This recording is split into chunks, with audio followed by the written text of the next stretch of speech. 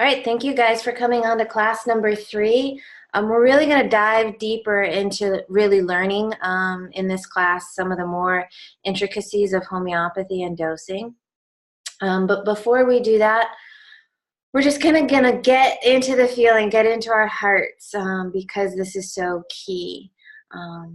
And to get you kind of really connected to me, my energy, and what it is I have to share with you today. And then at the end of class, we'll be doing some case taking for acutes, but a lot of you guys don't have acutes. You have more of these like kind of subtle chronic things. So if there's nothing kind of like particularly acute, we'll just kind of pick and choose some cases and we'll just dive into them. And hopefully some of you will get some of your questions answered. All right, so before we kind of get into the headier stuff, I want you guys all just to take a deep breath in and out and just come centered with me. And I want you to kind of remember the time that your child maybe got a diagnosis. I have a friend whose child just got a diagnosis, and she came to me at my child's nursery school, like her eyes kind of bugged out and smiling and kind of like, can you take my kid's case? You know, just like you can tell the panic going on in her, and she's searching for all of these answers. And I get it, you know, I've seen this with a lot of moms, but what I really want to bring to you guys is inner awareness. So you can go into a million groups and we can learn a lot of stuff here, but if you don't have the ability to go into inner awareness, then we're missing half of it, half of the healing journey. Half of the healing, or a huge part of the healing journey, is learning our own interior self and understanding how it gets projected outwards. So one of the ways that I really help people come in touch with inner awareness is through guided meditations where I have them touch into the sensations of their body, to imagine their child and feel the sensations of their child and imagine what comes up. So I'm going to do this guided meditation to honor moms, the love that you feel for your child, and this journey that you're on. So we could close our eyes right now and take a deep breath in and out. And just come into your heart. And just what do you feel right now? Just recognize what you're feeling in your heart right now. And just bring awareness to it. You don't have to judge it. Maybe it's tired, sad, restricted, hopeful, unsure, doubtful. All these various feelings. What are you feeling right now? What are you feeling? And come into your heart. Now I want you to imagine you have your child or someone who you love really deeply right in front of you, and you're looking into their eyes and you feel love. Feel that sensation of love, that exchange of love. And you're just looking at each other in the eyes, smiling, and recognizing each other on a soul level, eye to eye, making eye contact, feeling love.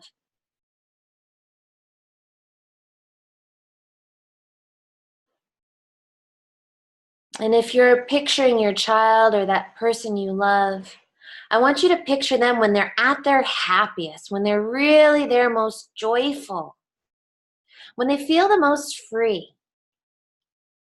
I want you to picture it. Use your inner visualization.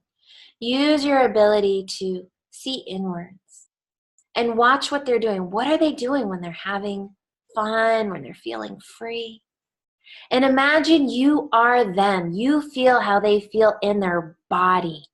Imagine what it's like to be them in their body, feeling good, feeling free.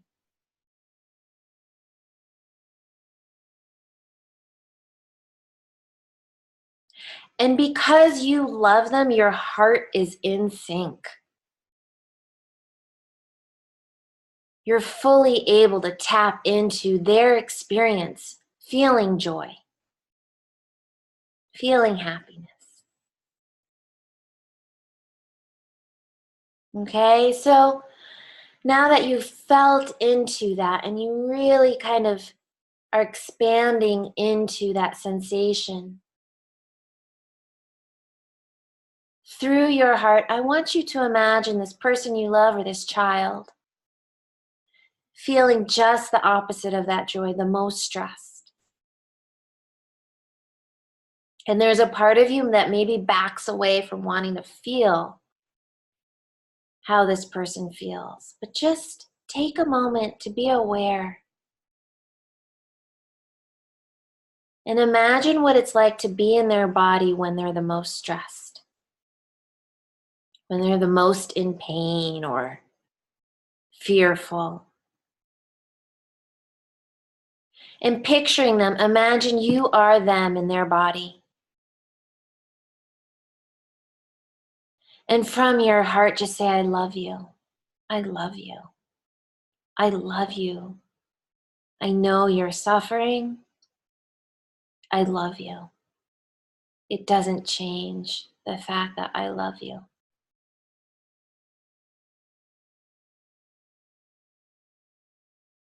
And really feel in with your heart. And feel your heart in sync with their heart. Through love, through compassion. And really open your heart to compassion.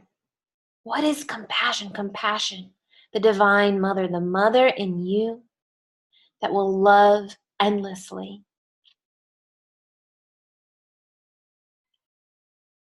that will do anything for that person that you love.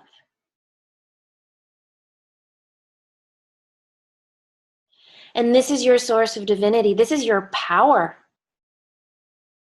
This is your power. This is where you know your truth.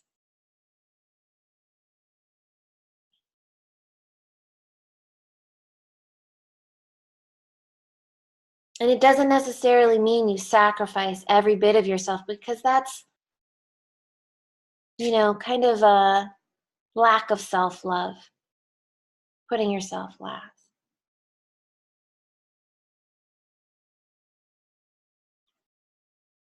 But you love so much, you would do so much. You have so much love. So just really feel into that and breathe into that. And feel the power of the Divine Mother as you source into that, as you tap into that feeling. The Divine Mother can go by various names. We'll just call it the Universal Mother. And just take a deep breath in and out and just feel into her, how much the Universal Mother loves as she births her creations. And she is there for you, loving, nurturing, and supporting you every step of the way.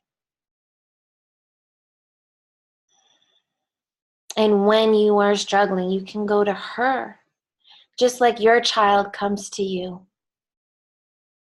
and ask for support. Every tradition has the Universal Mother. She's there. And she's the source of this class.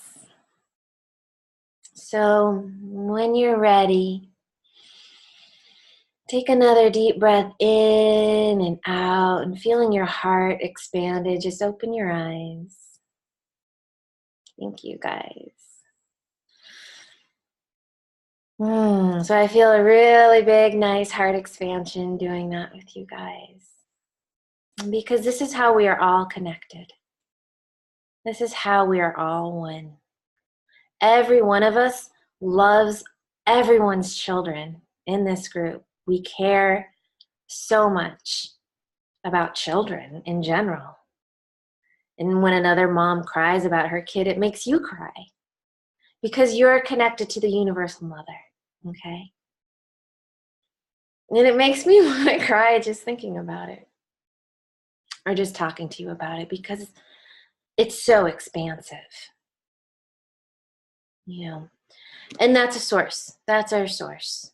This is why we are here, and this is why we know that we have the power within us to intuit the right choices for our kids, right? Because that universal mother has been there from the beginning of time. She's always there for us. So, so what I did with you in that meditation was, if you haven't experienced it before, was what I call the sensation process. It's really helps. And sometimes I have parents who are like, I didn't realize my kid felt this way. Sometimes kids go into, or parents go into a meditation and a visual comes up, like a palm tree or a daffodil or a frog. And that visual is actually important for choosing a remedy or something on some level. Our heart and our soul speaks to us in a different language, in the language of archetypes, visions, dreams, synchronicities, what have you. So when we open up to our hearts, we open up to this other language. And homeopathy speaks that language too. So this is the language I'm sharing to you by teaching you homeopathy, is the language of archetype and the language of energy, where we can heal our bodies. So any questions on that? All right, so what we're going to do is we're going to launch into really learning. And I don't know if you've reviewed these notes. There's lots of diagrams. I got crazy with the PowerPoint and making diagrams for you guys, and I could probably make twice as many. I'm going to share the notes here. All right. Make sure I've got the chat room. So if anything comes up, just chat. I have my chat box open here if you guys have questions as I'm going through these notes. If you have a pen and paper or your computer, you might want to take notes as we go along, because I'll be adding in maybe some extra little things. I'm just talking about all of this detail. So what is an acute state? And this is a little bit challenging because in reality, most of you guys are dealing with kind of chronic long-term stuff. But there are instances where we get into kind of acute issues. So an acute issue, when I'm talking about it, is something like you got like this massive bug bite and it's swelling up and it's like it's kind of coming on. It's the kind of the intensity at which it comes on at you with, and it kind of takes you out of your kind of state of normalcy. Okay, so a car accident, a surgery that kind of takes you out of your normal state, and sometimes a flu or a cold or an acute allergy attack can kind of push you into another state. So here I put in a diagram I put calc carbs, so the pink circle is the normal, what I would consider like the normal state of somebody. And this is a person who's generally average constitution, is maybe, a little anxious about everyday things, a little stubborn with wanting things their way, a little rigid about wanting things their way, but they're rigid, and this is calc carb in general, they're rigid because of their anxieties, like they want things their way, because if they're not their way, they feel really insecure about, the way things are supposed to be. A lot of kids go into calc carb states when they first enter school, because school has rules and how you're supposed to do things, and kids go into school wide-eyed and like unsure, and how are things supposed to be, and I'm supposed to put things in a locker, and are people watching me to make sure I do the wrong thing, and if I do the wrong thing, somebody's going to come up and like slap my wrist or whatever. So it's this kind of anxiety with like, how am I doing this right? I went into a calc carb state when I was a mom for the first time, and I'm like, do I burp this baby? What am I doing? Am I doing this right? at the same time, all my calcium is going out through my breast milk. Super common remedy, really useful to learn. So a average calc carb person has a susceptibility to getting sick from common colds and flus easily. You know, calc carb is often talked about as having somewhat of a weaker immune system. Sometimes they learn things a little bit slower. Their immune system doesn't respond as quickly. So say you have some avian flu coming, into the milieu, and a calc carb person bumps up against this flu, they may be more susceptible to getting sick than another type of person. So I put this little bubble down below of sulfur. So if you're a sulfur constitution, you're kind of generally outgoing, extroverted, hot, sweaty, funny. Maybe your average kind of like Italian personality type is very sulfur. You can kind of get that idea.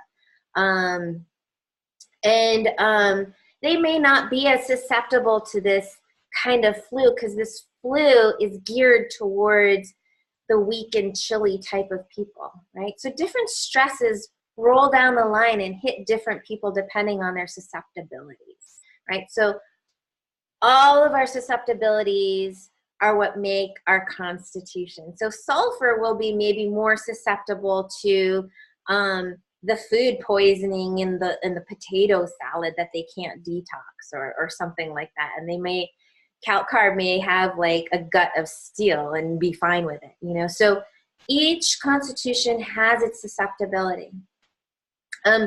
With acute states, depending on what the stress of the acute is, sometimes everybody is going to get bruises from a bad car accident, right? We're all susceptible on a physical level to a super major car crash. We're all probably going to need to go to an ER, right? And so in that instance, when people get into kind of a major bump and bruise accident, almost everybody could use arnica, right? But other stresses, say allergens or illnesses, they affect people differently. And so people may need different remedies. I hope that makes some sense. Can somebody type something in the chat box so I make sure it's working? Hello. Okay, thanks, Kim. All right, so speaking of arnica, arnica is one of the best acute remedies. It's a remedy that you want to kind of have in your back pocket just in case an emergency comes along. Why is arnica so useful to us? And it's partially because arnica is about bringing us back into integration. So when you have like somebody punches you in the head or like a surgery, we lose some integrity of our body. We're in a car accident. A car accident is almost like your body flies forward, your energy body kind of flies in a different way. And like, in some sense, like everything kind of gets bounced around, and even the integrity of your blood vessels loses its tightness, and you bruise and you bleed, and you lose your kind of sense of whole self. And what arnica does is it brings it back together. So that's a beautiful way to think of it. In an acute case, will we use arnica pellets or arnica cream, or both? Sometimes I'm like both, but it depends, So if it's like a real physical to a specific spot, I use arnica gel. But if it's like somebody kind of fell down and got like an overall concussion or surgery and it's like a full body thing, then I will say take some pellets. And depending on how severe it is how we can kind of figure out the potency, which we will get into later in the notes. The arnica, what can happen also with an acute, so say calc carb goes into this gelsemium state from the flu. Okay, so flu comes down the line, calc carb goes into like, they're kind of generally weak and anxious, and then they get the flu and they start being like really shivery and shaky, and their legs feel weak, and they just want to lay on the couch. And those states are kind of showing that there's something different, like you're not your normal self anymore. Obviously, it seems like you have the state of the flu, but you've kind of like bumped out of your normal state. And these new symptoms, like the shakiness, the nausea, this is like new bubble. And that's what you want to kind of prescribe on, or what are these things that they've kind of differentiated out to. No, I'm just using flu as an example. So for example, you had an accident where you twisted your ankle. You know, you fell off of a tree and you twisted your ankle. Some people will be like really irritable and like, don't touch me. And then some people will be like, Mommy, help me, I twisted my ankle. You know, those are going to be kind of different ways that you're going to want to give an acute, depending on how you respond to that stress. We'll talk about some other examples other than the flu. The flu is pretty major for when we want to use acute remedies, right? So what can happen is you can get the flu and you can stay in the flu state long term and not really fully recover and go back to your normal constitutional state. So it's possible that you go into an acute state and you kind of stay there. And that's what happens when people get like a shock and then they stay in PTSD, you know, or they've never been well since they had that flu. It's like they had the flu and they've been fatigued for years. It's like their body it's like they were a calcarb, they went into gelsemium and they just stayed there. Does that make sense?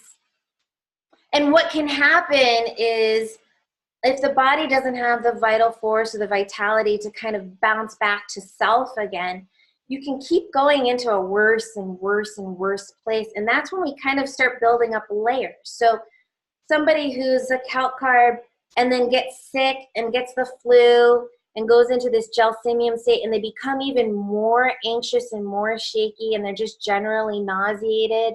And they kind of have taken maybe a ton of antibiotics and their constitution doesn't bounce back. And then they get maybe something like mold toxicity on top of that. And then they go into like a deeper like state after that. And you can kind of start snowballing in the wrong direction. Does that make sense? So when you have an acute state, do you still give the constitutional? We will talk about that. So yes. So your choice when you have an acute state is to give either, I wrote this below, you can either dose the constitutional or you can dose the acute, okay? Both will help each other. So just as I'm preparing my notes for today's class, this was last night, I started getting like serious cold. Like my nose was itching. I was like super fatigued. I felt like crap. And I'm like, oh no, like this is funny because I'm teaching this class and it's about acutes. But it's not funny because I have too much to do and I don't want to be sneezing in front of you guys. Right? And so what I did was I took some antioxidants. I took a little bit of like mushroom powder just to boost my vitality, just to boost my body's vital force and its ability to fight back. And then I kind of was like laying there, like sniffling my nose, and Ryan's like, do you need a remedy? I'm like, just give me the remedy from influenza. I took influenza as like a viral nosode. So in a way, that was the feeling of like the energy trying to kind of come into me. And then I like stood up and I'm like, I need a constitutional. I go in and I look at my remedies and I'm like, and I knew I had been needing this constitutional for a while, but I hadn't taken it. I took Argentum metallicum, which is silver, which interestingly, silver helps with viruses, but also one of the reasons I'm getting sick is because I'm kind of doing a lot of connecting and talking, and that's about silver too. So I weakened myself through kind of over-connecting in a certain way. So took the remedy, went to sleep, and I actually woke up doing pretty good. the purpose isn't always to completely wipe out your symptoms, right? We're not trying to suppress or palliate. We're trying to boost our body's vitality so that we shorten the duration. Sometimes we still need to go through all of the layers of illness in order for the body to kind of get rid of what it needs to get rid of. Does that make sense? So Desiree, I answered your question. So we can dose both kind of what seems to be like the acute state coming in, or dose like for the acute, and it could be like gelsemium, and we can also give our constitutional. I did a bunch of things last night for my cold. I don't know which one helped me. It doesn't really matter when, when you really feel like, oh, I'm being stressed and I want to get better.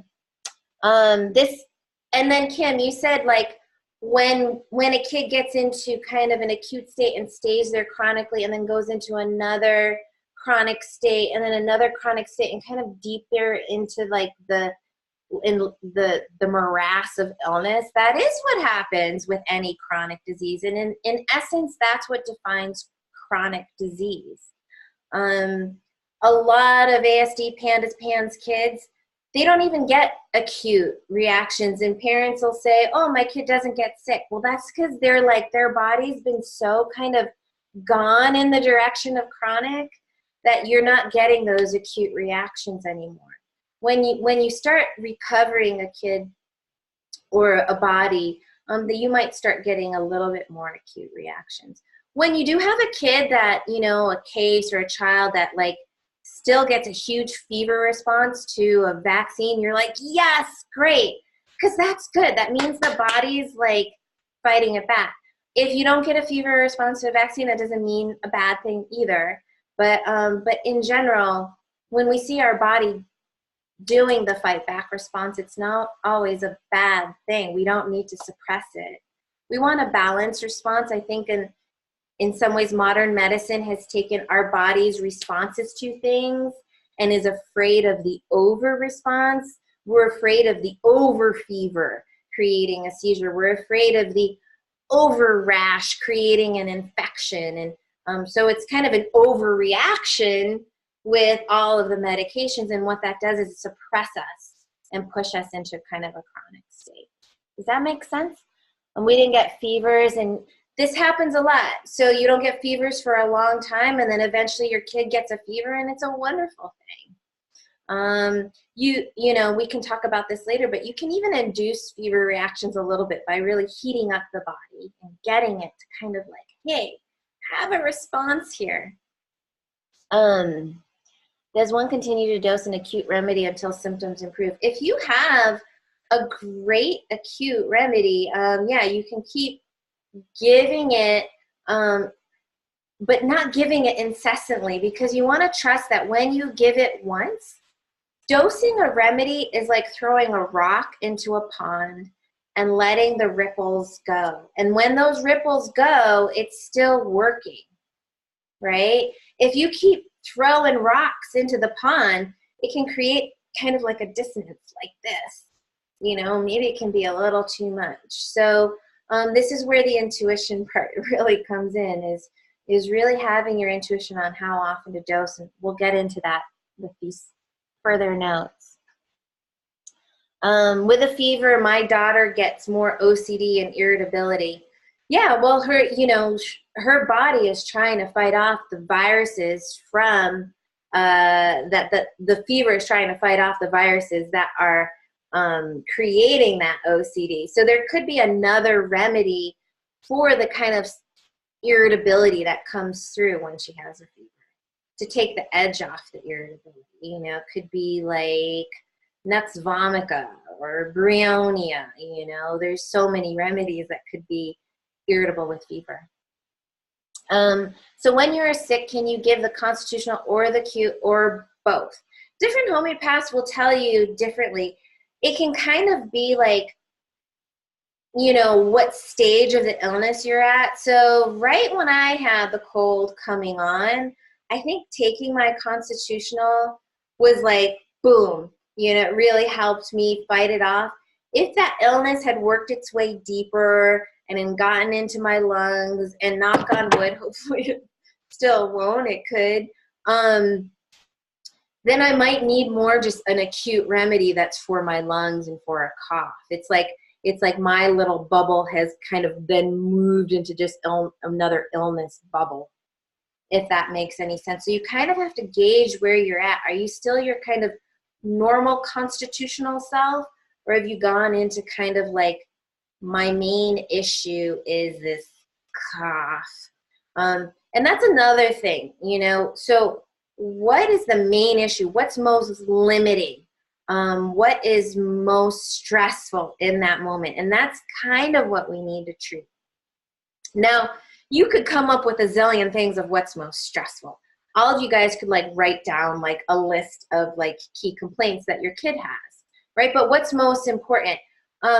I often do that sensation process meditation to have people really come into their hearts and allow their hearts to tell them what's most important, because that the heart and going into the sensation allows us to kind of get past our mind and being overly analytical and really getting into kind of what's the root, what does it really feel like, and it might just be like, the worst thing is that my bones are aching. It's like, yeah, I have the flu, but my bones are aching. So you want to find a remedy with aching bones. And it's like they've gone from their normal constitution into this other bubble of like aching bones. And, fever is a good example. So a lot of kids, with a fever, they're like angels when they have a fever and horrible when they don't have a fever, or, when they have a fever, they're horrible and irritable. And then when they're not in a fever, they're, so it's showing you that the fever is like, they're in a different state. You're in like a different state, a different energy state. My son is best with a fever, loses autism, and sensory is better. It's great, so in a way we want to kind of bring their immunity into kind of the fever to really, I think there's studies that show like just 1 degree up in normal body temperature kills off like 50% of some huge percent of pathogens. So pathogens can only live within a certain range of temperature, and your body puts yourself into a fever mode. It really knocks those pathogens down. All right, so let's scroll down. Yes, saunas. Another thing that you can do other than a sauna, if you don't have a sauna, is just a really hot bath. Drink a warm cup of tea and wrap them in some wool blankets, and then they may start to sweat, and make sure they drink a lot of water, right? So a lot of people with any immunocompromised disease, it's a very important naturopathic therapy to bring the body into sweating and increased body temperature. All right, so this little diagram just goes to show you that we kind of live in this territory, like different people live in different territories of remedies. I don't like to necessarily say like this is your one constitution. Oftentimes you have like a variety of constitutions, and we could probably all create these maps of different bubbles. So this is just an example of somebody's energy state, right? Where maybe their general constitution is phosphorus. Phosphorus is a lot different from calcite. Phosphorus has poor boundaries, is kind of usually bubbly, wants to connect, and doesn't have a strong sense of self or some strong sense of caution sometimes. So they have, also they can have a lot of immune weaknesses. They tend to be kind of maybe warmer than calcarb. And a phosphorus person has often weak lungs, and they can move towards a more tubercular state, which is tuberculinum, which is a weak lung place. They may have behaviors that are like cat-like, and they may do well with like a constitutional like cat milk, and so it's this kind of general milieu of constitutional remedies that different stresses push you into. So you could have a person whose general constitution is phosphorus, and then when they're around lots of smoke that affects their lungs, it pushes them into needing tuberculinum, right? And then maybe like at some point they're around a lot of smoke and they were having asthma and somebody gave them a steroid inhaler, and like that steroid really suppressed the immunity, and it created, I put a little bubble here called steroid. So you can get these kind of like spots in your energy body of like kind of condensed information that's kind of preventing you from being as bright and vital as you could be, right? So I created some other spots, Candida, strep, and Lyme. So maybe like this person has all of these little pathogens floating in their gut, and if they have another stress, this little arrow is stress, bad diet. Stress, bad diet comes in and it makes those things flare up. Right? And so their general constitution is a phosphorus, but they're kind of like, they're like a crappy feeling, phosphorus. And they need to kind of back off the bad diet and maybe do some things for candida and bad bacteria and maybe some like Lyme herbs, and that'll make them feel better, and or take their constitutional. Or, you know, this person gets kind of exposed to a bunch of allergens. Allergens is interesting. What is an allergen? An allergen is kind of a way your body gets confused. You know, we didn't used to have so many allergies a couple generations ago. Actually, at the dawn of homeopathy, they were really talking about allergies as coming into humanity when we started kind of living more indoors and being less outdoors, being less integrated with nature. We're reacting to things we shouldn't be reacting to necessarily, or we're overreacting to. You could go really deep into the reasons for why this is. It's, you know, maybe an imbalance now in our immune systems.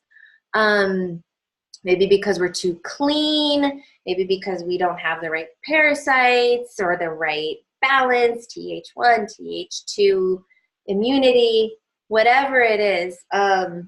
We all have different stresses, different allergens. And we want our body to respond in a healthier way. Phosphorus has a cat-like quality. I'm not sure if I said phosphorus has a cat-like quality, but I have seen cases of catty people needing phosphorus. This is probably a case that I have seen before. So say, you know, you get an allergen and you go into like an allergy attack and you're just literally like the state of agaricus here is being like so in the itchiness, you're like kind of like out of body. You're like woozy and out there and like everything throws you off, and it's like your nose, you feel like you want to like itch it off and stuff. So if that didn't get helped in any way, it could go into a cough that was really bad. So you can kind of like tumble into these series of remedies. And if you don't have the vitality to pull yourself back to center, you get stuck. You know, and this is what a lot of people talk about, is getting stuck. What brings us back to center? You know, we need our vitality. We're going to talk about that in just a second. Right. So there's also, you know, I wanted to also bring up that we can have kids who do have suppressed immunity still get these flares. So people talk about yeast flares, pissed off parasites, strep rages, kind of like terms that kind of go around, right? And so that's what this little picture is all about. Is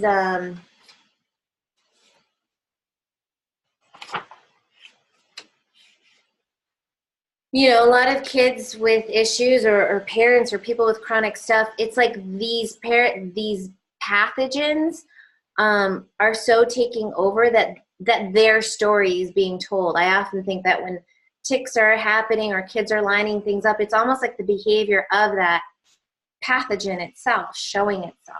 And if you have weak immunity and you don't kind of bounce back, you have this infection coming in and you don't have something to kind of push back on it, it's just going to come in and make itself at home. Or if you don't have good detox, that toxin's going to come in and add to the mix. Right? So that's why we also, with a lot of my prescribing and working with kids with chronic stuff or people with chronic stuff, we need to kind of treat this strep, virus, yeast, bacteria circle of feeding off of each other, and treat the constitution. The constitution is the whole story, the personality, the genetics, the karmic baggage, the ancestral patterns, the shyness, the desiring chocolate, you know, all of these things that are unique to that child. A lot of children, if you think about your kids, what was their favorite animal? What do they really act like? What's their favorite animal? It's often in homeopathic form, a good medicine for them. And that's like a good constitution. So do you attack the viruses and the parasites, etc. first, or do you detox first? I'm not a linear person. I think being an intuitive person has made me kind of like more like this is all existing here. And that's why I ask guidance, what's most important right now? You know, in homeopathy, I don't really like to use the word attack. You know, the language of allopathic medicine is like, let's carpet bomb these suckers. You know, and so say that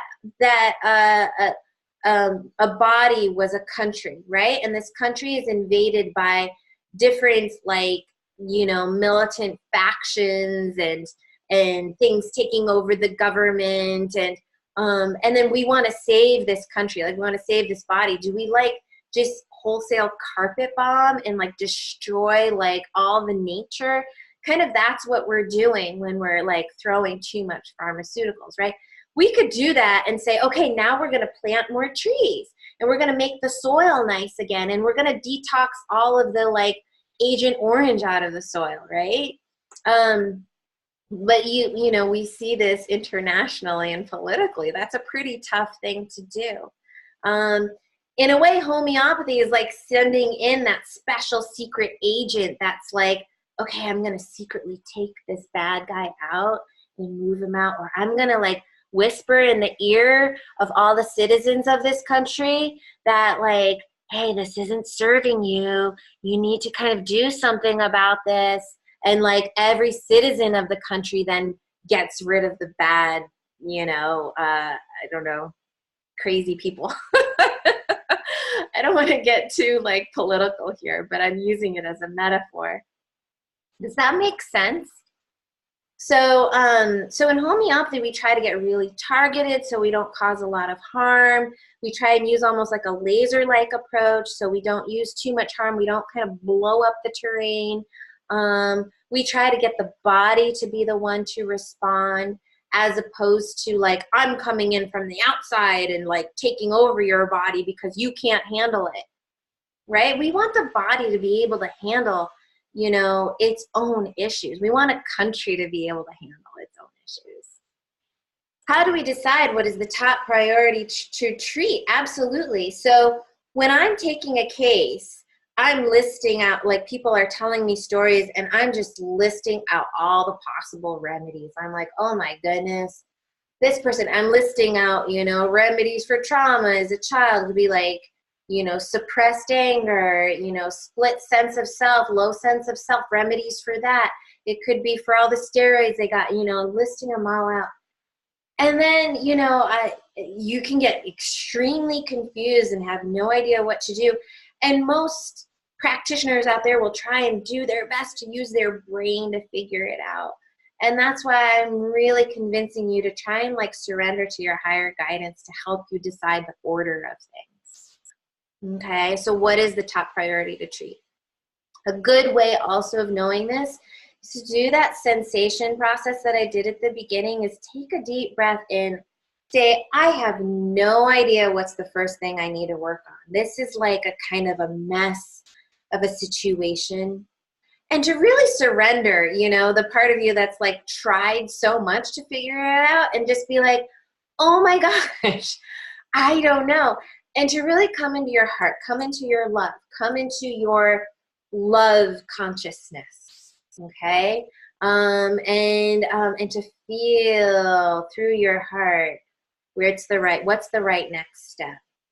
And you may get the guidance, oh man, like I saw a spider, and why did I just see 3 spiders?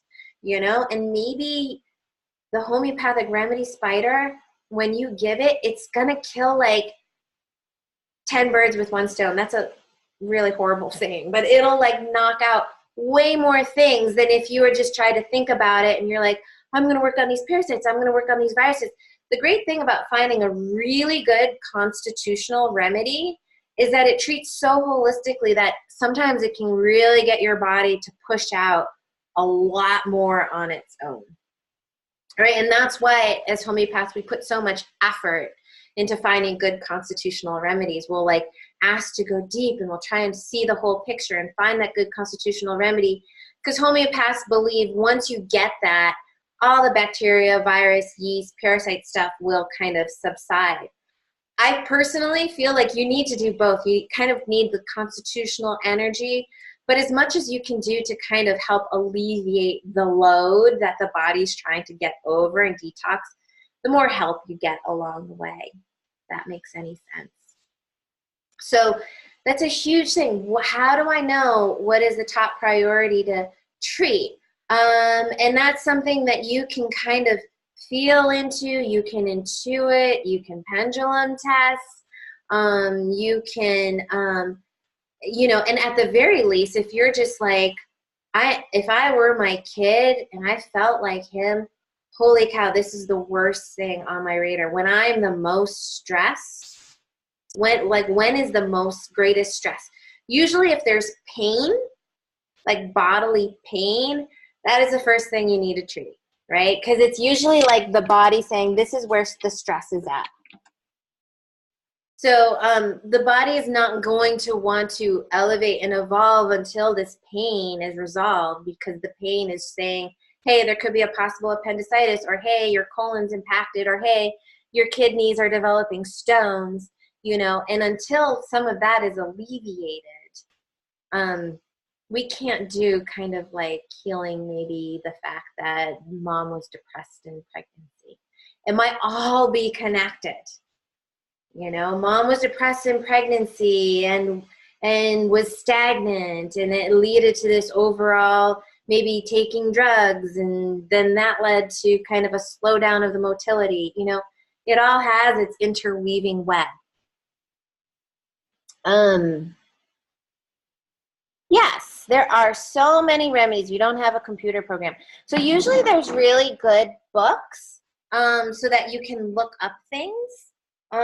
So how do you find the remedy? It's hard to know what the pain is when my son is upset. Yeah. And when your son is upset, there's a pain there that you just express, and like, it's painful just feeling my son be upset. So go into that for you. Like, when he's upset, what's painful to you about him being upset? Maybe there's just something there. So, and then if you can kind of get past your own pain, and sometimes we as mothers, we need to get past our own pain because we put up a lot of blocks to feeling our child's pain. And that can be useful. I've had kids that I treat that are really like, really kind of in a bad place, have been that way since birth. And it's been obviously that way, and it's genetically that way. Maybe they're adopted, and all this stuff is going on, and those barriers, emotional barriers, go up to protect oneself, and that's understandable, But at some point, if you can kind of go into that barrier and say, okay, what am I protecting myself from here? Feeling pain? Okay, well, pain is happening. Let me just feel it. Healing is feeling. That's what my friend says. Healing is feeling. Feel it all. Feel it. Allow yourself to feel it. This is our gift as women too. Women, we're gifted with these bodies that form children, and we feel all these things in our bodies with our periods that force us to feel every month, you know. And guys don't have a period that forces them to feel every month. They can kind of block out the emotions and act from just a mental place. Our modern society that tells women to kind of work and be mental and blocks them from their feelings is kind of sometimes a sad thing, because moms really are supposed to be there on a feeling level for their kids. It's how their kids kind of like communicate to them. It's how you communicate with your kids, is through this feeling. It's through this unconscious radar, you know, that part of you that's like, oh my God, something bad could happen.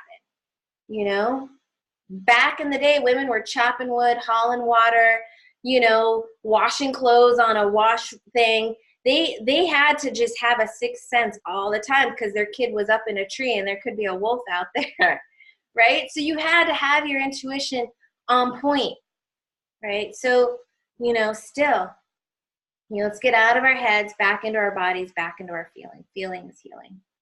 How often do people change their constitutional state? I love that question. You know, overall, if somebody's in a really chronic state, they're going to move through a lot of remedies, and then you'll get to a point where there's a cluster or a singular remedy that just tends to be good for you, that is your general constitution. So, for example, my husband is a much more kind of contained, organized, intellectual. He's like more of like the silica and the kelp card. Like that's just his core sense of beingness. Like his body is literally built that way. Whereas my body's built to be like more moving, more like energy, more phosphorusy and sulfury, and like not so well contained, not so organized. And I just always kind of tend towards that. It's just like who I am. So that will generally never change. But I don't like the part of homeopathy that says, this is your constitution, I'm stamping you with this, you're done, right? Because we're always continually evolving. We're evolving as humans. We want to have the self-awareness of where we're evolving towards. I feel like healing is evolving. Healing is moving past fears. Healing is moving past diseases. Healing is gaining more freedom in the way that we move and express ourselves. Right? So I think you should be open that we can always change our constitutions depending on how we're evolving, moving, shifting, and changing as people. What helps? And there's also like, sometimes you never need a remedy. You don't need a constitutional. You know, you're not in a fixed state. Really, we're giving remedies to help break us out of our stuck patterns. If you get to the point where you're not really getting stuck in many patterns, you might not need homeopathy as much. Makes sense? What helps to move the emotional freeze state with a shock when kids regress? It's like a defense mechanism that comes up not to feel anything. Right, and so we talked about this. So it's like, oh my gosh, my kid has regressed. Oh my God, da, da, da, da. You know, there's a couple of things. I mean, yeah, homeopathic remedy. That's why so many moms take Ignatia for, you know, expectations and judgments and fears and holding their emotions back. But also recognizing your expectations, judgments, and fears. And just recognizing that underlying all of that, that maybe it doesn't matter. And maybe knowing how much you love your child and how much you can express that and how much you can cuddle with your child and seeing how much that boosts them, maybe that's the best you can do, you know, and having confidence in that. So also changing your own kind of behavior patterns to your kids, not like freaking out every time something bad happens or freaking out every time they suffer about something. I struggle with this. Someone wrote, I struggle with this when every time he does worse, I take it personally, like it's my fault. I'm doing something wrong and I get mad. I need to change that pattern. Yeah. And so, but you're recognizing it already. And so you have to have self-love for yourself and realize that, you know, it's not just you, you know, it's you part of a bigger picture, forgiving yourself. We're here to learn these like huge lessons too. You know, of self-love, self-forgiveness, loving our child no matter what, forgiving our child no matter what. And then when you can kind of step into a calmer place by forgiving yourself, loving yourself, and you can come to maybe a more expanded place in your heart and make decisions from there instead of from the place where you're like, oh my God, he's regressed, I feel awful, and then reacting. It's like the regression causes a fear, and the fear causes a reaction, and the reaction causes another thing. You know, kind of stepping back, connecting into your higher self, getting to a place of calm, getting to a place of love, and then acting from there. So, yeah, it is. Does anybody else have advice on this? Because you guys are so like really feeling into this, the reactions we get as moms when kids do poorly or regress or in something. And I think, Ashley, you touched on it last time. Maybe we'll revisit this at the end of class and just do a little meditation on it. Okay? All right. So just working through some of these kind of more acute states that a more ASD or special needs or PANDAS, whatever, can go into. You can give the nosode itself. So you can give the strep nosode. You can give a parasite, a yeast, a viral nosode. Sometimes that helps. You know, if they're in a real flare, remedies for flaring like belladonna, stramonium, ignatia, senna, and they all have little variants to them. Those can help, and you can kind of intersperse dosing those. Yeah, everybody's doing the best they can. We're all doing the best we can, and the more that we can just kind of also surrender the part of us that thinks we are in control of our child or in control of everything, and surrender to a higher power too, the easier it can get as well. You know, and that's an awakening to our higher self as well.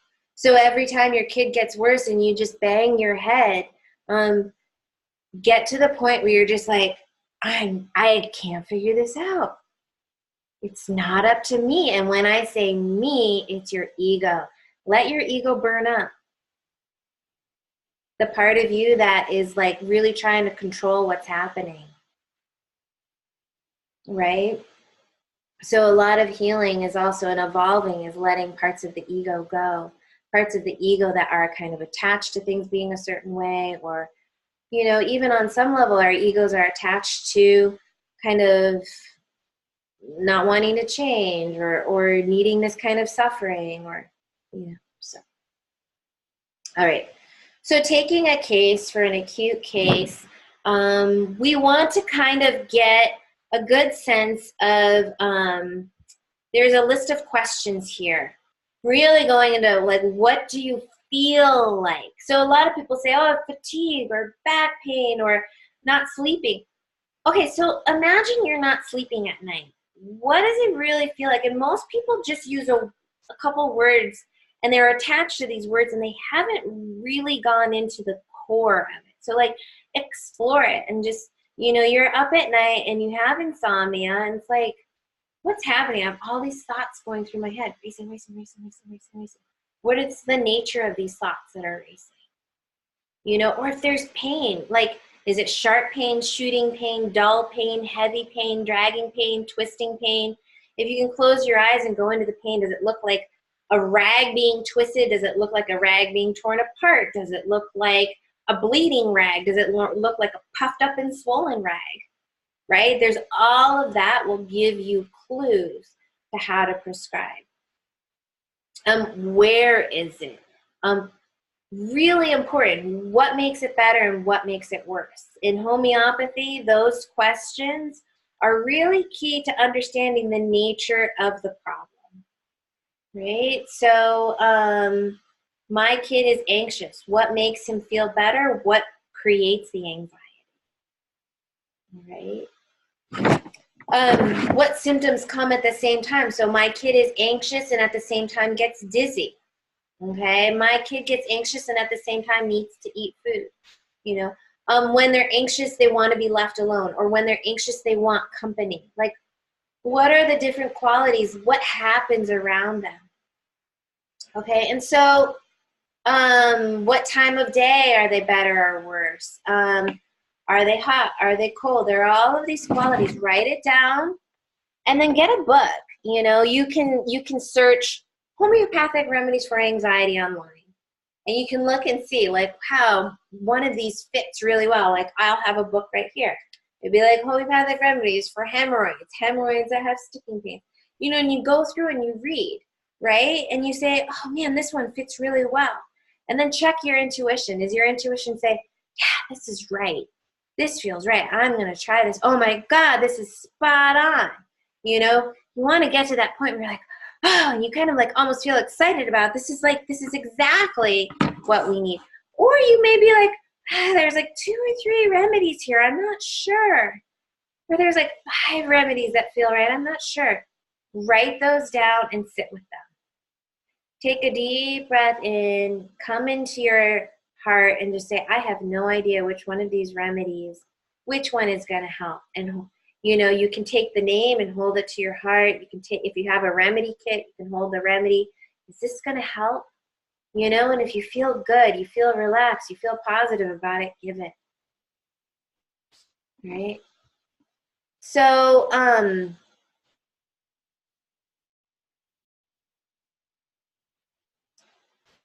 this little diagram here, I could have put it earlier in my notes, but it's really just saying that, like, we all respond in different ways to different stresses.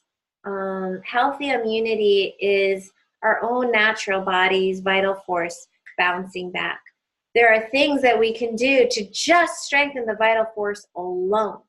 The original naturopathic doctors in Germany, people had all this chronic disease and allergens in the cities. What they would do is they would make people wear simple clothes, be in nature, walk next to waterfalls, walk barefoot in the grass, be outside in the wind naked, get some sun, eat some really basic foods, and they would all get better, right? It was strengthening their vital force, strengthening their natural vitality.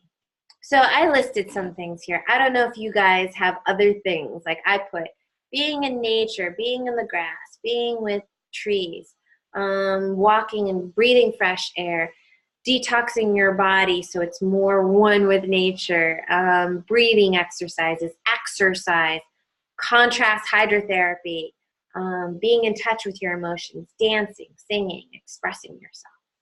I kind of like, I'm like, man, if they took every kind of special needs kids and instead of like trying to do ABA and train them what to do, just had them outside and like running around and allowing them to just kind of be with grass and trees and, you know, eating really clean foods, how much more maybe they would improve.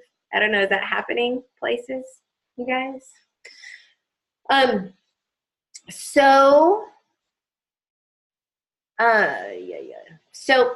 this is an example. So this Apis is a homeopathic remedy. Apis is a homeopathic remedy of bee. It's a good remedy for stings, right? It's made from a crushed up bee. It's for when you have like big inflammations, histamine reactions like you would get from a bee sting.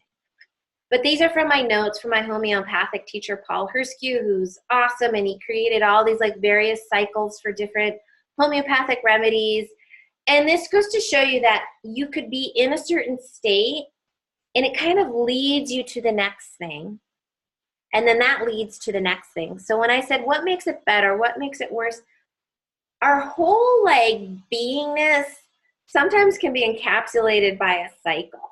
Right? And so, so if somebody who needs Apis, they have this swelling, hot, irritated, itchy rash, and they want to put cold on it. You know, coldness makes it feel better. But they're afraid something's going to come and sting them again. So they try to kind of be really fastidious about how they do things. They clean, they make sure there's some screens up. And they like that. They enjoy that. They actually start acting like a busy bee. And then something comes again and poisons them, and then, you know, it starts this whole cycle, right? it'd be a really beautiful thing if in class you guys could create a cycle for the behavior of your kid or the behavior of yourself. Sometimes these cycles really revolve around parasites. So you have like around full moon, my kid acts like crazy, you know, they're like hitting themselves. And then they go into kind of a really sleepy state afterwards.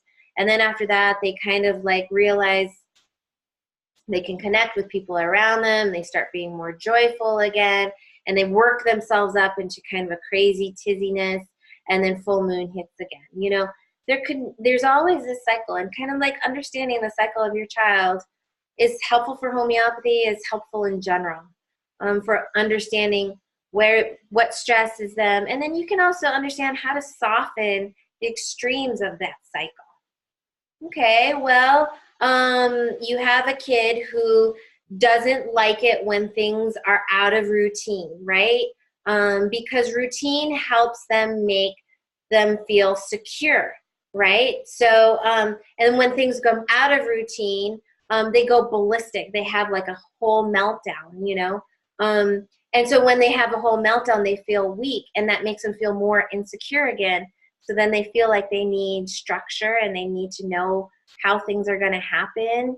And then something breaks in that routine, and they have a meltdown again. It's this whole cycle, right? That's kind of a belladonna cycle. And kids like that, you kind of want to make sure to always give them a heads up, you know, because they've got this trigger when things are not in their routine. So it's like, okay, 10 minutes to go. We're leaving now. Here's your schedule, just so you know. And that gives them that sense of security, and they don't get triggered as easily. Their body is like wanting that. Does that make sense? All right. And we'll get more into different constitutional remedies. But intuition, you know, I keep kind of harping on intuition. That's why I'm an intuitive homeopath. So our intuition really helps refine the dosing. So refines the remedy, refines the dosing. And this is just a reminder. I was reading a book on intuition. It's this book called Seed of the Soul. And he wrote, what is truth? Okay, so your intuition is about finding the truth. So when someone asks, how do you know what's top priority to treat? You need some truth. What's the top priority? That's a question. What's the truthful answer? Truth is that which doesn't contaminate you but empowers you. Therefore, there are degrees of truth, but generically truth is that which cannot do harm. It generally only empowers you. Okay, only strengthens you. And so this is why when we're intuitive, we follow the path of intuition, we make less mistakes, we have less aggravations, we have less are kind of confusing to the body. We're on a path of truth, and it doesn't harm. It only does good. It only empowers. All right. So how to dose. All right. So everybody asks me, should it be 1 pellet, 6 pellets, 3 pellets, da, da, da. It doesn't matter how many pellets. I'm looking at the time. I'm realizing there's just so much to talk about. So hopefully I won't go over time, but you know, I'm just going to make sure that you guys get this. And if you have any questions, let me know. And hopefully I have time for acutes. If not, we'll just set it aside. The number of pellets in general doesn't matter, because when you give a homeopathic remedy, it's just giving a signal to the body. You know, so sometimes you'll have like, my kid just ate a whole bottle of, you know, chamomilla. It's like, oh, you know, it's not a scary thing. Nobody has to call like poison control because your kid ate like a bottle of homeopathic remedies. You know, if anything, it's like a lot of maybe sugar for them. They are going to really get the signal of that remedy. And oftentimes you have like a toddling child around, and they're like pulling out a remedy and taking it. I kind of feel that their intuition is saying, I needed it. Right. So, so sometimes I'm like, well, maybe they needed it, you know? Yeah. And Kim says, is this true with like Unda remedies where they say 1 drop? Yeah, my feeling is it's probably 1 drop is going to be good too. 5 drops is an easy amount. You know, sometimes 3 drops is an easy amount. When you're getting in the X potencies, you're getting a little bit of more of a material dose. So that's the only thing. A lot of the Pacana and Undas are X potencies, and on a conceptual level, you have kind of a more of a material dose. When it's more on the energy level, it's more like just saying, I'm radio broadcasting this. You know, that said, you know, I've worked with so many different parents who are like, whoa, I gave 1 pellet this time and 3 pellets that time. And it's intention. You know, there's a big thing, you know, have you ever heard everything's intention, right? So if you intention, I'm going to give more of this, so I'm going to give 3 pellets, it's going to help even more. Hopefully it'll help even more. Let's see. The other thing people ask me is, you know, should I dose it? You know, when should I dose it? You know, a nice time to dose is before bed, because the body's not getting a lot of other interferences when it's sleeping. But for the most part, any time of day should be fine. Dosing it away from food or drink is kind of a nice way to respect the remedy. That being said, I know people who put like remedies in their kids', you know, juice or milk, and they're like, yeah, it totally works. So it's like every rule that I have about homeopathy goes out the window because of every single kind of unique family I've treated out there that's tried everything out there. Is an ion foot bath okay to do with remedies? Like taking a remedy and taking an ion foot bath? That's interesting. So I have like a whole paragraph on antidoting, and a lot of people ask about that. In general, like a homeopathic remedy is like sending like a radio signal to your body, right? And it's nice if we kind of respect that. There are lots of other things that send signals to our body, like strong essential oils and smells send signals to our body. Intense doses of pharmaceuticals send intense, you know, frequencies into our body. Ion foot baths do. So a lot of things can upset the homeopathic remedy from working. It's probably very rare that a homeopathic remedy will interrupt something else from working, unless it's just changing your whole fundamental way of how you, like, for example, you take a homeopathic remedy and then I hear a lot of people, it's like, my need for supplements goes down, or I need more of this supplement. Like, it kind of changes your body chemistry and your need, especially if you're kind of muscle testing. Oh, I took this remedy and I found that I needed to take more iodine or less iodine, or I've definitely seen that. But understanding, like, we all have, when it comes to antidoting, all of these susceptibilities to things that'll really throw us off. Like if you're next to a cell phone tower, we're all going to feel like crap, right? Because you're being like thrown all of this like EMF. So that's not good for anybody, you know, but I wouldn't worry about an ion foot bath. I do them, you know, if you're intuitive about the dosing, and you're aware of what's going on, then just be aware. The whole thing is just being aware. What's affecting you, or what's really happening here. And yeah, and also, you know, letting go of a lot of your rules and restrictions and fears. A lot of them are unnecessary. And I don't think it's important to not touch the remedy. You know, I don't know where all of these ideas come up. I touch the remedies when I take them. My kid does. She'll drop them on the floor. Her hands are sticky. She puts them in her mouth. They still do it. And I think if you like talk to lots of people, they'll say the same thing. Multiple remedies given in a day. It is nice to space things out. And I think it's nice to space things out in general with whatever it is that you do for your body, just to respect your body and to respect, you know, what it can take in, what it can absorb, right? Thinking about that with supplements too. You're putting all your supplements in a smoothie, like, whoa, do you really need maybe all those things in that smoothie? What is it you're really trying to achieve every time you put supplements into that smoothie? All right, so there's lots of different dosing styles. You can Generally, what I tell people is just to put 2 pellets in their mouth and wait, 5 minutes away from food or other drink other than water, and just wait and see how things go. Over the years, I've seen parents do all of these things, so I'm just introducing them to you. Some parents put a homeopathic remedy with a little bit of water, and then they'll put a little dropper and they'll drop it into their kid's mouth, or they'll put 1 drop. When I first worked with this homeopath in New York, he would have people dissolve it in water and put 1 drop in the mouth. And that's like this minimal dose, and it's really powerful.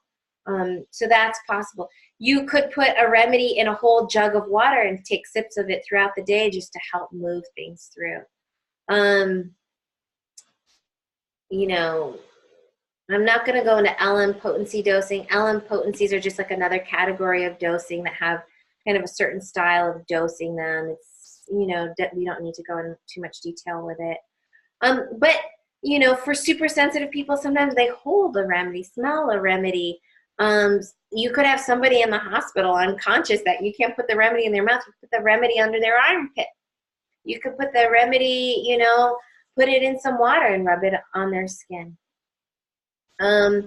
You could, what Heather said in the first class, she would drop a remedy in her kid's ear when he had an ear infection.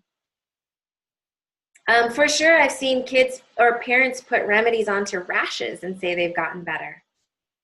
Okay. So it's more that I'm telling you all these remedy styles so that you can play with it if you want to. Not to say this is how you should do it. Somebody just asked here, is 1 drop of liquid remedies more powerful than sipping in 4 ounces? So I would say if you took like 1 drop of a remedy versus just like sipped it a bunch, it's a little bit of a different message. So if all you do is think about the body as like a lake or an ocean or a body of water, right? So the body is like water. We're mostly water.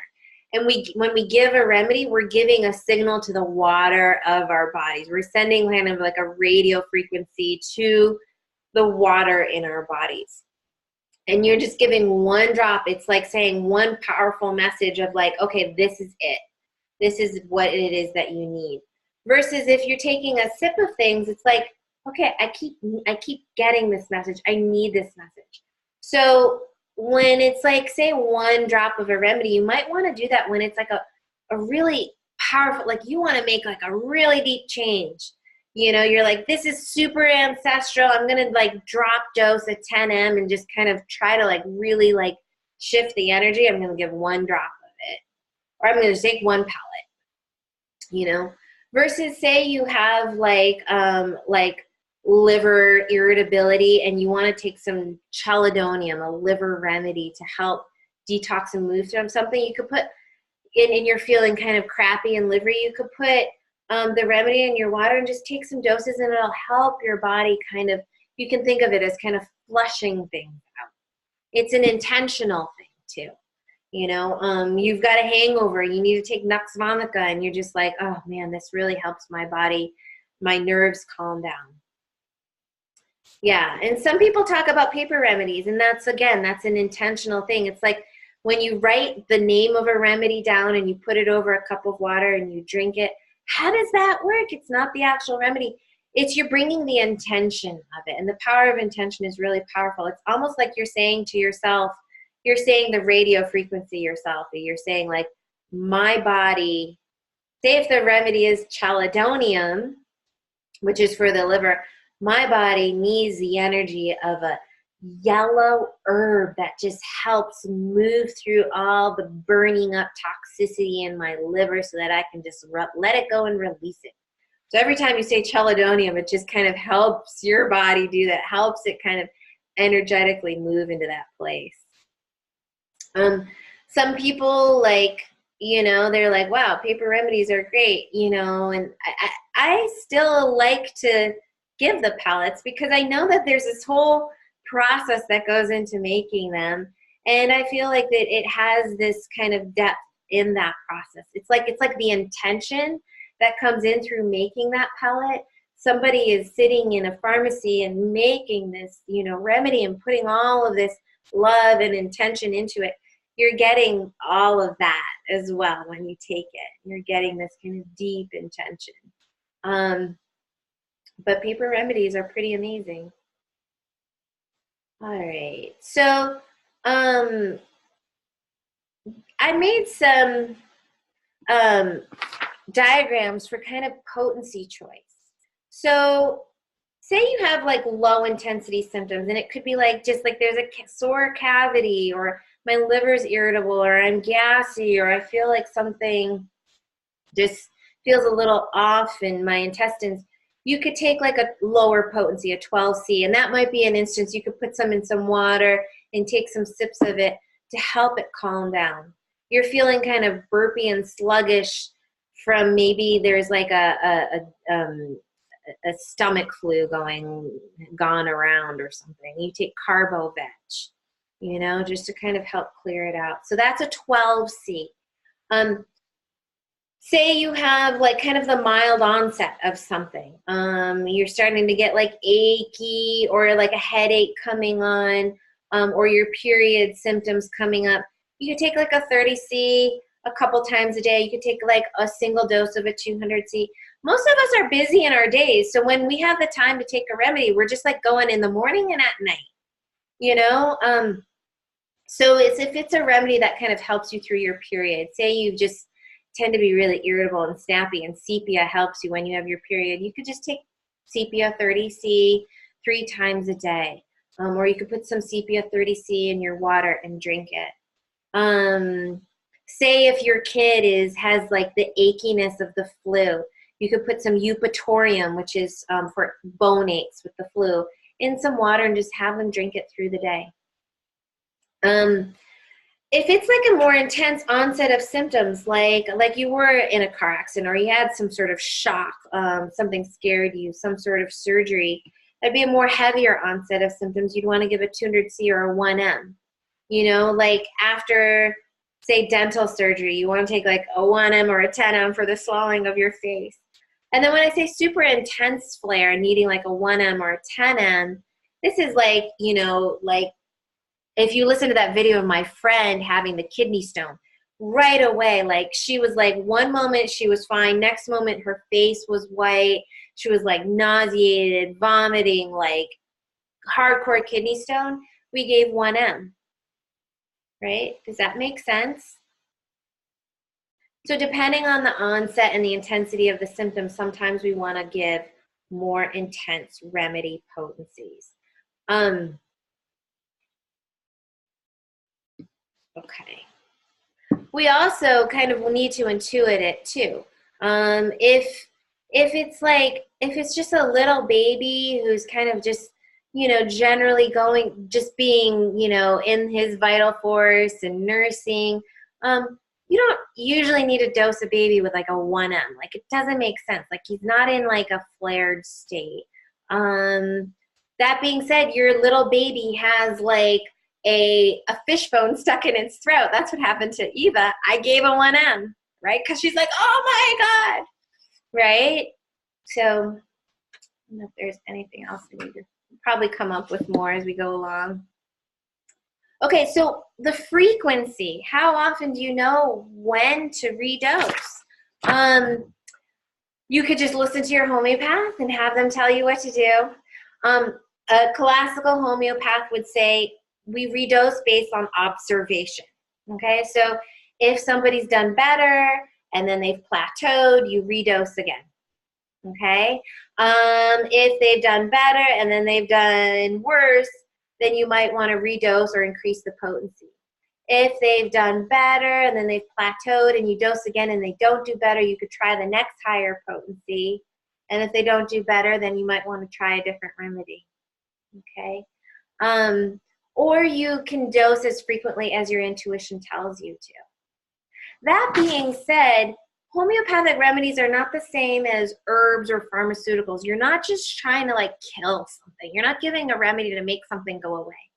You're giving a remedy to lift something and help it let go, to release something and dissolve it, right? So that should be your intention. Like, I'm giving this remedy, I'm dropping it deep into the well of them so it can create this deep resonance so everything shifts and moves on out. Okay? If that's not happening and you're stuck, you got to go into what is stuck here. What's the root of this? You know, sometimes the root is a parent. Sometimes the root is, you know, the house you're living in. Sometimes the root is school. Sometimes the root is, you know, EMF. Sometimes the root is, you know, oh, I haven't seen this part of my child yet. This is why I really love the intuition part. So we've talked about sway testing. I did a little example of that on Facebook. That's really helpful for intuition and knowing how often to redose.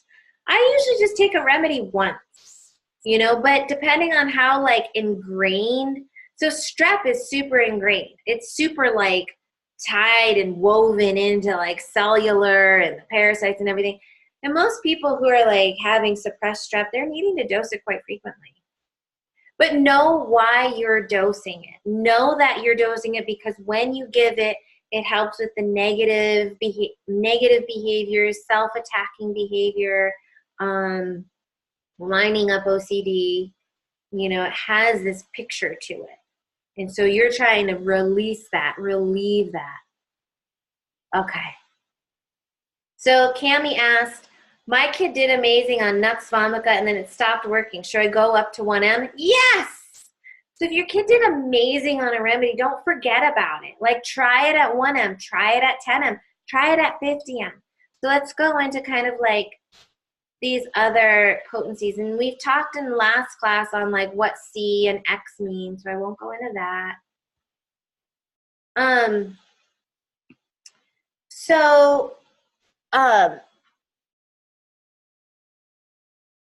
Yeah, so in general, a potency is kind of like the lower potencies. They have the ability to kind of affect people more generally, and the higher potencies affect you more, the more susceptible, the more like you're similar to that state. Okay, so for example, like I'm not a Nux Vomica kind of person, but I can tend to be Nux Vomica. I can tend to be type A. I can tend to get my nerves kind of in a bind. But I'm not like generally a Nux Vomica person. Nux Vomica 30C will be good for me once in a while when I have like maybe a cold coming on or flu that seems to have Nux Vomica symptoms. But do I need to take a 1M or a 10M? No. If I took a 1M or a 10M and it wasn't my remedy, it might not do anything. Likely won't do anything for me if it's not hitting on a really deep level. Jinro, what about unaware pathogens that trigger flares? We can't lab test everything. Yeah, we can't know. You know, our kid has some sort of flares and we don't know what's going on and nothing's showing up on lab tests. Sometimes, like, I can really intuit and be like, wow, this is it's very similar to a very strange energy out there. You know, maybe it's a parasite your family has from Korea, you know, that nobody knows about here in the U.S. And you can't like find a nosoid for it. That's why we give constitutional remedies. That's why we want to treat the parents too. That's why we do good diets. You know, we're trying to kind of get at a very holistic picture and also just get out. Sometimes you need to get out of the pathogen mindset too and just look at the bigger picture of your kid. Kim wrote, what if when you give the strep remedy, the flare gets worse for a longer time than a simple aggravation? Should we go back to drainage or detox? And there are no positive gains or physical detox signs. You know, I would say if you give the strep remedy and it's just like increases the flare, then I would say you're kind of just aggravating. Doesn't sound like you're necessarily even proving something. You're just kind of saying like, I think this is the issue, but the body's saying like, no, you're not seeing what the issue is. And you're like, no, the issue's strep. And the body's like, no, the issue isn't strep. So maybe just let go of the strep and say, okay, is the issue that the body can't detox, or is there something deeper that I'm not seeing here? Okay, we're going over time a little bit. I hope it's okay with you guys. Yuliani wrote, can you start to prove when it's not your remedy, but you take it in a high dose during an acute? Yeah, that's totally, if you're like there's super sensitive people out there that like kind of just go into any state. Like my daughter, I think if I were to give her like a high potency of Nux vomica and she needed it, she could start to kind of like behave in a kind of intense way that looked Nux vomica-y. I want to avoid that, and that's kind of why I say intuition, intuition, intuition. Intuition is truth. You can't cause harm with truth.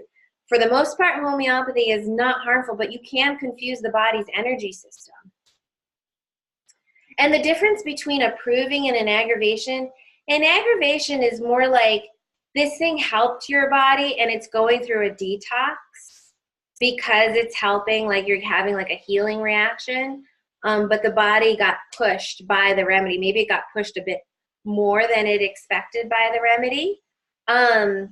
Versus approving is you took a remedy that didn't move you onto the healing path. It just created kind of like a picture of symptoms of that remedy, because your body was like, oh, I got that signal, so I'll be it. Oh, you're telling me to be Nux vomica? Okay, I'll be Nux vomica. So you want to be careful with that. You don't want to project states onto your kid or onto yourself. So how do you know the difference is they're acting in way like they have things going on that they didn't have before that aren't necessarily showing that they're improving, that they're just showing that they like look even more like that remedy state than before. And this comes from us struggling so hard to find a remedy and like putting it on to somebody, and what we want to do is we want to really listen to the body and let the body speak. And again, that's why intuition is so important, because we're really creating the space in the field for letting the body speak. Does that make sense, Stio? On the difference between approving and an aggravation? I hardly ever get provings anymore. I don't know. I don't get provings because I'm so honed into my intuitive process. And the more you're in tune to like being in touch with this feels right in this moment, and you trust it completely, you're not going to have problems with provings or aggravations. Okay. Someone said, my 2-year-old climbed on my cupboard, opened and ate 10 strep 10 M's. And then what happened afterwards? Did they become streppier, or were they happy? Because this goes into kind of the deeper, we talked about antidoting, storage, you guys can kind of read about. But I created some diagrams on the kind of the dosing and the effects of dosing. So it could be that your 2-year-old wanted to really deal with his ancestral stuff with strep. He seemed fine, and a few days later he was crabbier. It's hard to say what happens from that. I would say if he was like immediately going to be aggravated or proving, you would have seen something. So if he seemed fine, my guess is he was telling you, I'm fine, and not to worry about it. And that maybe on some level I needed to clear. So here you can see this diagram here is like the higher potencies kind of work on the deeper levels, the ancestral levels. I'm not sure if spiritual, mental is the right words to what I want to describe, but just the effect of going from the physical to the more etheric, right? So clearing remedies using a 60 or 30C is maybe clearing things more on a physical, whereas clearing things with a more 10M is clearing things more with like several generations going back. All right. So, yeah, we'll get into what is tautopathy, Amy, later.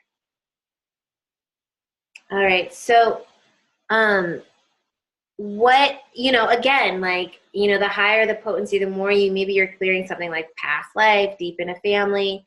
Often, the state between a child and a parent is the same, right? And so you take a remedy, it affects your child takes a remedy, it affects you. Just be aware of that. Sometimes just the lower potencies are less so. It really depends on how sensitive and how connected you are to your child. Like, you've got a super psychic child that's super tapped into you, like no matter what you take, you're going to see it affect them on some level. If you find what seems to be an ideal constitutional for your child, but you're trying to clear some deep stuff and you want to use a 1M or 10M, is it safer to start with a 30C or work your way up? That's a really, really good question. So is a 30C just safer overall? If your intuition is like, I know this is what's going to help, because my intuition is pretty like finely tuned. And so it's like, if it's like I feel like, wow, like a 1M could be needed here, and it's like a 5-year-old, but this is healing, the fact that the grandfather had colon cancer, go for it. You've got this little kid who's constipated, who complains of pain. Okay, this is just an example. And his grandfather had colon cancer, and this little kid snuggled up to his grandfather every night, and then his grandfather died, and the kid's like, with his like gut. Give him a 1M of like carcinosin. Fully. It's okay if your intuition is like, oh my goodness, like I really feel strongly about this. I feel it from my heart strongly about this. A lot of the moms who really help their kids, they like got into their intuition, and they like really felt like, man, this is something that isn't just like my problem. It's like my dad's problem and like his dad's problem. Right?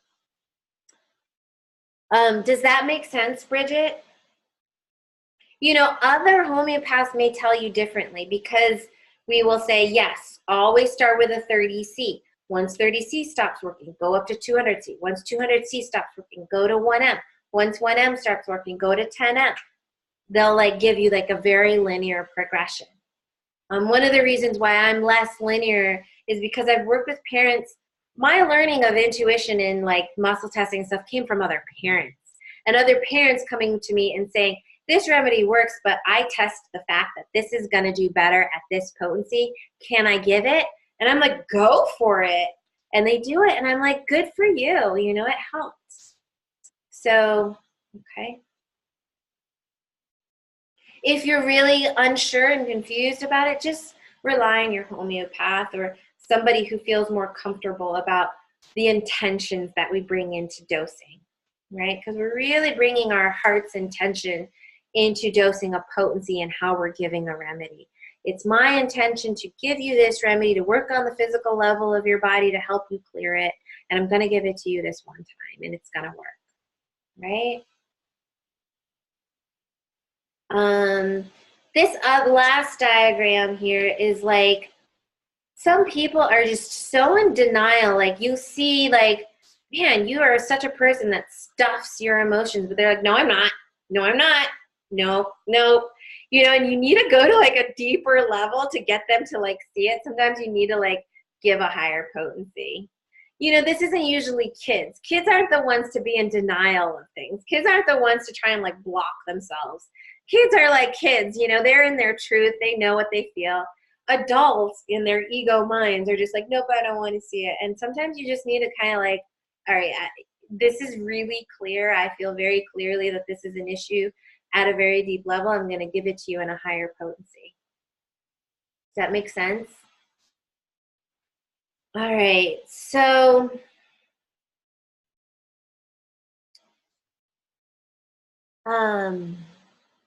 can some sensitive kids have a different sensitivity to remedies? My son seems to do better when I start on a 30C, even at a deep level. Totally. And so knowing your kid's sensitivity, knowing what works for them. I have a lot of parents just be like, for some reason, 200C always works, but I never, 1M doesn't. And maybe there's like a little fear there with something that you have to get over. Sometimes there's certain remedies that bring up fears that people don't want to address these fears. Carcinosin is a remedy from cancer, and it's a remedy for anxiety about disease. And sometimes people have fear of just taking that remedy or taking it in higher potency because they have fears of even just confronting healing that part of Are constitutionals most of the time at a lower potency than acutes, or can you give a constitutional at 1 m or more? No, totally. Like constitutional remedies, you can give it a whole range. There's no difference between constitutional remedies, acute remedies, you know, and the different potencies. All remedies you can give at all potencies. You know, for the most part, though, when you're wanting to do, you know, drainage and detox, you're giving a lower potency. When you're trying to do the more mental and emotional, spiritual stuff, you're doing the higher potencies. Make sense? If you guys have any questions, throw them out there, because it's really important that you get this. Read the notes over and just feel into it, you know, because this is really creating the structure of your understanding on how to work with homeopathy. Okay. I skipped storing remedies. For the most part, I just store remedies in a cabinet in my house. You know, super, super, super hot heat, like over like 110 degrees could be bad for remedies. Freezing temperatures, putting remedies in a freezer may not be the best thing, as I've heard. I haven't tried it out to know. All right. And then making your own remedies, I talked about, and I did the little video online about, here's just like the written out information on that. A liquid homeopathic remedies last forever if they're preserved in a preserved liquid, right? So if it's got alcohol, it's fine. All right, let me just answer your questions, because the rest of this is, we've pretty much gotten through the notes. All right. Yes, a 30C can still treat a deep level, Erin. You know, if it's a sensitive kid that totally gets it, you know, some people who are super sensitive, all you have to do is like kind of tell them the name of a remedy. Are constitutionals most of the time at a, okay, we answered that. How long can a liquid remedy last if it contains alcohol? Forever. You know, the expiration dates that you'll get from companies are because it's required by the FDA, not because they actually do expire. So, which potency of nosodes do you use for ticks? So ticks, you know, could be very variable. Kind of depends on like what causes the ticks. I just had a mom recently say, oh my God, I'm giving like Candida 30C a couple times a day and it's reducing the ticks, you know. But if the ticks are related to kind of a virus, then you need that, like it's deep, it's a high potency, it's very variable. If it's your first time using homeopathy and you know you feel like, oh, my kid really fits this tick remedy, I would just start at a 30C. Give it once a day. That's a good start. If nothing happens after you give 30C once a day for 1 to max 3 days, then I would like move on to a different remedy. Okay? If the 30C helps and then stops helping, you could start giving it more frequently. You could say, oh, this 30C helped my kid's tick. I'm going to give it twice a day, and it really helps. Or it helps the kid's tick, and then it plateaus around 4 o'clock, and you give it one more time at 4 o'clock. And you do that. And if like kind of fundamental things about them start to improve as well, like hopefully like deeper things are improving too. Like you're not just focusing on the tick. You're focusing on the bigger picture. The weird thing about ticks is people are super focused in on ticks, right? And like that's part of the problem, is this like over focusing on this one this thing, right? It's like the ticks is this form of like behavior that's intense in one direction or another, and then people's like own mental focuses on that tick, and it kind of like focuses you in even more. And we kind of like need to like look at the kid overall as well. And the other thing about ticks is sometimes it feels like a tick is like, say this is the kid's like body and they've gotten sick, and then it's like, this is what the sickness does to their body, right? And then when we heal them, we like kind of pull apart all of the like crumples in the fold so that they're healthy again, right? But there's still like this impression. There's still this like little fold. And that's their Achilles heel, the tick. Even though they're better, that tick is still there. It's their little Achilles heel. You know, it can be sometimes kids can figure out ways to clear them, and sometimes they don't. They remain as this little, and every time there's a stress, that little Achilles heel shows up. Does that make sense? Okay, so remedies got moist and stuck together. Should we throw them away? It depends on if they got moist, you know, from being like soaked in water, then I would be like, yeah, throw them away. If they got like, the package got mildly like it was in the shower, you know, then I wouldn't worry about it. You know, you could let them dry. If the pellets do stick together naturally because of even how we make them. We put liquid on them and they stick together. So I wouldn't worry about it. And the more you kind of get like super anal about it, the more it just backfires on you. Okay. What's the difference between a 6C remedy and a 6C cell salt? There really isn't such a thing as a 6C cell salt. They're the same thing. You know, so a cell salt is usually 12x or 6x. They're usually X potencies. All right. So what is an Unda remedy that is good for detox? There's so many. All the Undas, the whole point of Undas is that they're for detox. It depends on what you're wanting to detox. So, you know, the Book of Life, it lists out the different systems of the body and what systems they detox, and you can go and you can intuit, okay, all of these Unda remedies are good for kidney detox. Which one's going to really be the best? Okay, is there a place that summarizes constitutional types? Yes, that's called a Materia Medica. So constitutional types, this is a book that I had a bunch of people I know, like, we're online, they're ordering.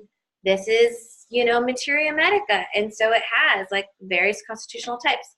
There's a book called Homeopathic Psychology by Philip Bailey. It has all these constitutional types. There's thousands of books. Homeopaths love books and they love writing, and there's endless amounts of information. It's just kind of sorting through the information. If you're an information hog and you're super mental, you can like go super deep with homeopathy because there's so much to learn. At the same time, if you get overly mental with it, that backfires too. You want to be in balance with your intuitive feeling self. All right, great. And no, I don't have a downloadable version of the Book of Life, but I'll work on it. I mean, it's partially because when I put that out there, it was still a work in progress, and it still is. I didn't really want to have it in any kind of fixed format where I just had it out there where people could like kind of send it around. All right.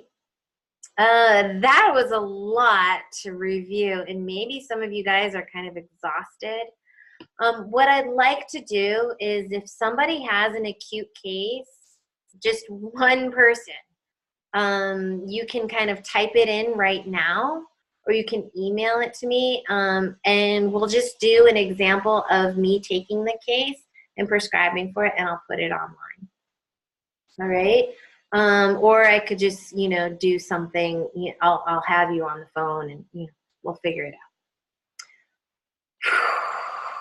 What I'd like to do is go back and address the emotions, just to kind of close up the emotions that we expressed in class about feeling our own guilt and disappointment and hard on ourselves when our kid does poorly. Like, what's wrong with me? Why am I not figuring this out? Okay, so we're going to do a guided meditation on that and then end the class. Does that feel good to everybody? If you have any other questions, okay. We covered a lot of like information. It's really core information today. So let time, you know, sink it in a little bit. Read through the notes. If you have any questions, please post them in the Facebook group instead of emailing me so that I can respond to everybody and they can get the answer. All right. So, all right. So just close your eyes and take a deep breath in and out.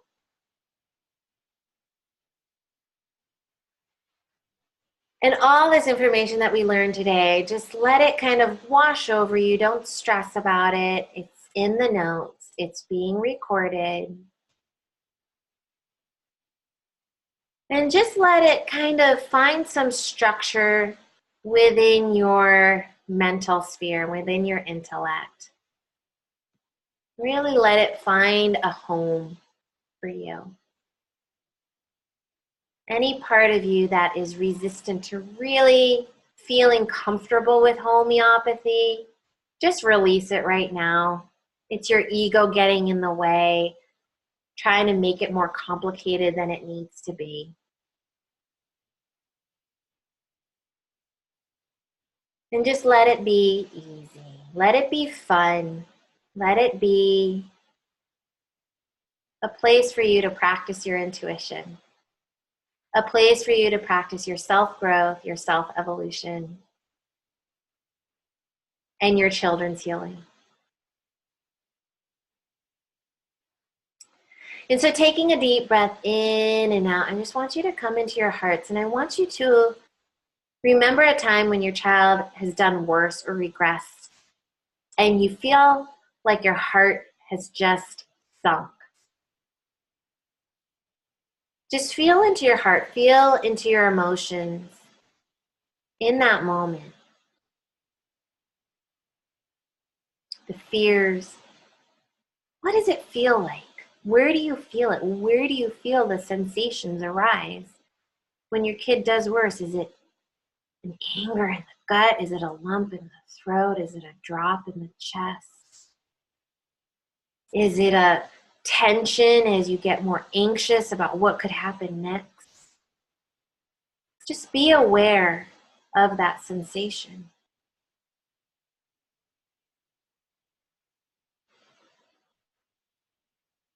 And just say, Mama,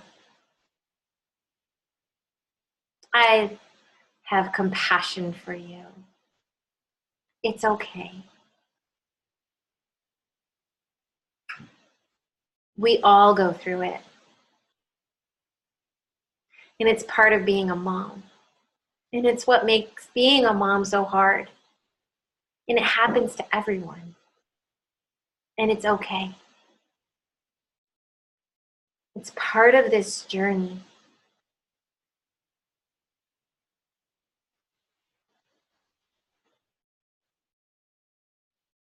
And any of the mental dialogue that goes along with it, that's like, it's my fault. It's somebody else's fault. It's my husband's fault. It's my school's fault. It's the food's fault. It's this pathogen's fault. Every part of you that scrambles to find an explanation and blame this regression on something. It scrambles. Just let it go. It doesn't matter. At some degree, it doesn't matter. At this point, just see your child in that regression and feel into their heart.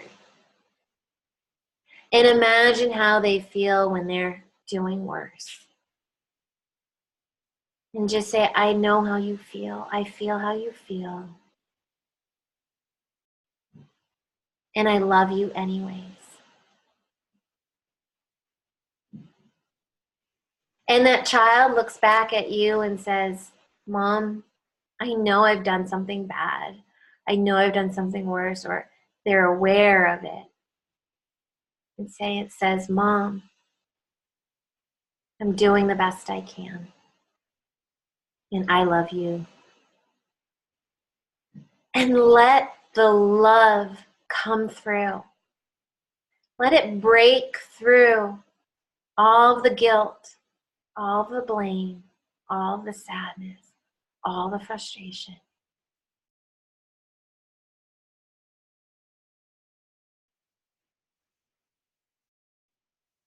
And let the love win. Let it raise your vibration.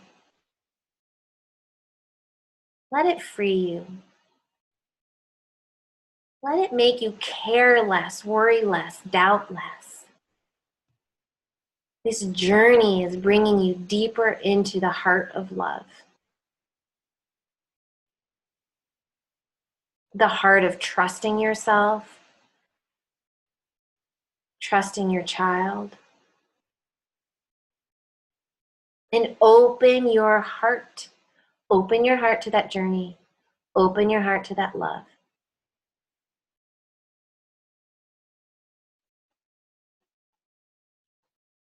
And no matter what, that love is the spirit that never changes. That's always there. It is always there for you and will always guide you. So coming back to that moment where something pulls you back, or there's a regression, or you have that disappointment, feeling into your heart, stepping back from it, coming into the love, and being in this frequency of love, saying now, taking a deep breath in and out from this centered place, from this feeling place, from this heartfelt place inside, from this calm place inside. I ask for guidance. What will help us?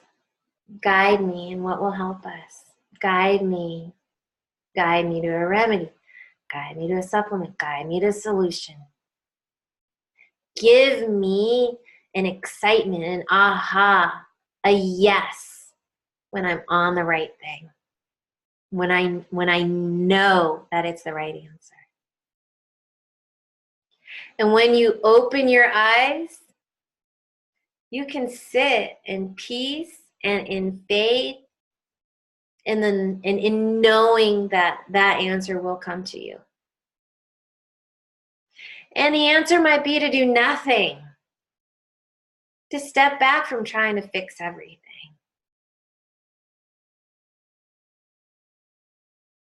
From maybe letting your child experiment, maybe letting your child suffer, maybe allowing your kid to figure out what it is that they need. Putting some supplements or remedies in front of them, being like, in my heart, I am going to trust my child. I bet they can figure it out. And having great faith in them and their ability to figure things out. So take a deep breath in and out and let that restructure your framework. Let this be a mini awakening on your path to more wholeness. Because that's what healing is. An awakening to ourselves, awakening to our inner empowered knowing through the heart of love. Okay? All right, you guys, we went a half hour over time, something I didn't want to necessarily do. Next week is going to be a really important class too. We're going to get more into the chronic dosing, more into, I want actually everybody who comes online, or if you're not online, to actually take a case. So choose who you want to take a case from and have like your computer or like, you know, a pen ready, because I'm going to have you take notes. And this is kind of be like a little bit of an experiment. And we're going to kind of like have this case study, and we can share it with each other online. If you choose not to share it, you can keep it to yourselves. I will read through what you do choose to share, and I will give you my feedback. But I'm not going to be the one to be responsible in prescribing, because that's too much for me. I'm holding you guys and your intuition responsible. Right? So what I'm going to do is help you, kind of like guide you through this process. I'm going to try to guide each of you. So who knows, maybe we'll go overboard over time next time. I don't know. We'll see. All right. Thanks, you guys. I'll post this recording up. I hope you get more empowered. I know some of you are like super, you know, you're like a light in the darkness and you're just like lighting up and you're like, I can do this. And it's all about that. I want you guys to light up. All right. Thank you guys. Have a good night. I'm about to have some yummy takeout food. Stop the recording.